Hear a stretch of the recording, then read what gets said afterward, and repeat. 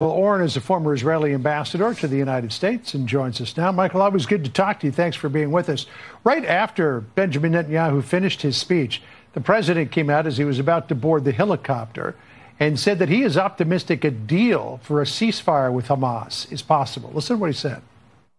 I think we have maybe a deal on Gaza, very close to a deal on Gaza. I think it's a deal that will get the hostages back. It's going to be a deal that will end the war. It's going to be a deal it's going to be peace. I think we have a deal. Going to be peace. I mean, he's pretty optimistic about that. What's the sense there in Israel? First of all, it's always good to be with you, John. Sandra. Sense in Israel is one of very, very limited optimism at this point. Now, well over 700 days into this war, 20 living hostages still in the hands of Hamas, dozens of dead hostages in the hands of Hamas, and our soldiers fighting every day, and soldiers being killed every day. And rockets still hitting Israel from the Houthis in Yemen, but even rockets still being fired, believe it or not, by Hamas in Gaza. So it's an ongoing war. The war is far from over. What we'd like to see is certainly an end of the fighting in Gaza. And the president is referring to a peace plan that has been developed by former British Prime Minister Tony Blair. I have a very high regard for him. I'm sure it's an excellent plan, but it really calls for the release of all the hostages, a total ceasefire, the dismantling of Hamas's military infrastructure, the dismantling of its terrorist leadership, and the beginning of an international effort to rebuild Gaza under close political and military supervision. All of that sounds great, but the big question I'm going to ask myself was, will Hamas release all the hostages? The minute it released the last hostages, they know that they're dead, and I don't know if Hamas is going to go quietly into that or any dark night. Yeah, Benjamin Netanyahu was saying during a speech today there's believed to be 48 hostages still being held by Hamas. 20 of those he believes remain alive. Of course, big news earlier in the week when the UK and France said that they're going to recognize a Palestinian state. Here's what Benjamin Netanyahu said about that during his address. What you're doing is giving the ultimate reward to intolerant fanatics who perpetrated and supported the October 7th massacre.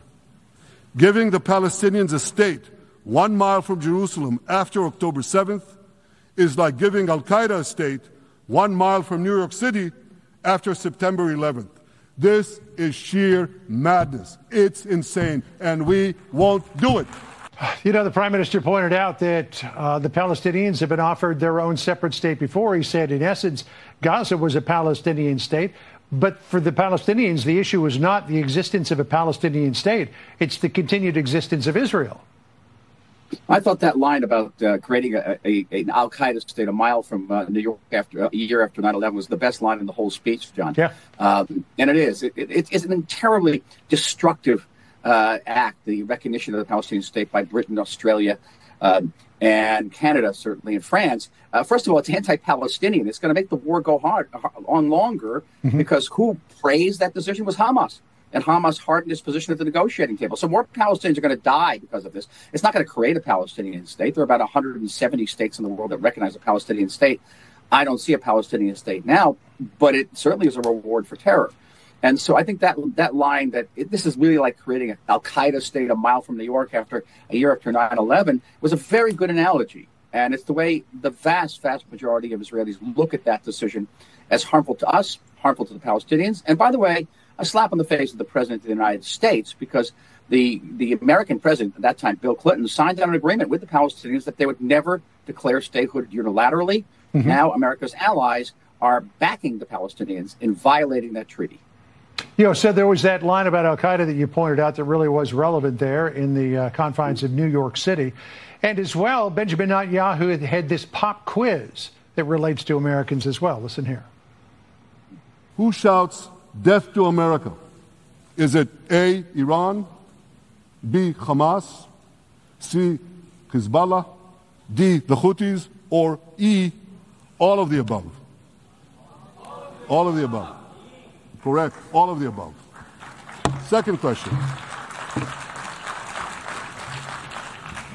Who has murdered Americans and Europeans in cold blood? Is it A, Al-Qaeda, B, Hamas, C, Hezbollah, D, Iran, or E, all of the above? Correct. Again. I thought that was a really effective way of saying, look, when it comes to al-Qaeda, when it comes to Iran, Hamas, Hezbollah, this is not just Israel's problem. This is a problem of the United States. It's a problem of European nations as well.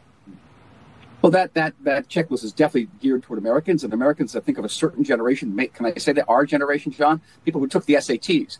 And we all remember E and D, all of the above on those SATs. Mm-hmm. Benjamin Netanyahu attended college at MIT, so he remembers taking those SATs too. But it's very effective. And it's showing that the people that Israel is fighting against, the enemies we are fighting against, are the same enemies that seek to kill Americans, that have killed Americans and Europeans, and seek to overthrow our common civilization. And that's a point that has to be drummed in by whatever gimmick, if you want to call it, you can. I also noticed that he's wearing that QR code. Did you happen to point on that? That was, I don't necessarily recommend that your viewers do this. The images are very graphic indeed. Right. Well, viewers are warned, but if they want to grab a snap of the QR code, there it is, and it will take them to a website that will show them what happened. Indeed, on October the 7th, as you pointed out, in a very, very graphic fashion. Michael, great to catch up with you. Thank you so much. We'll see where this goes from here. The Prime Minister also held out some promise of some sort of security arrangement with Syria, and also reached out to Lebanon to say, let's start negotiations. Appreciate your time, sir. Let us hope. Thank you, John. All right. Sandra?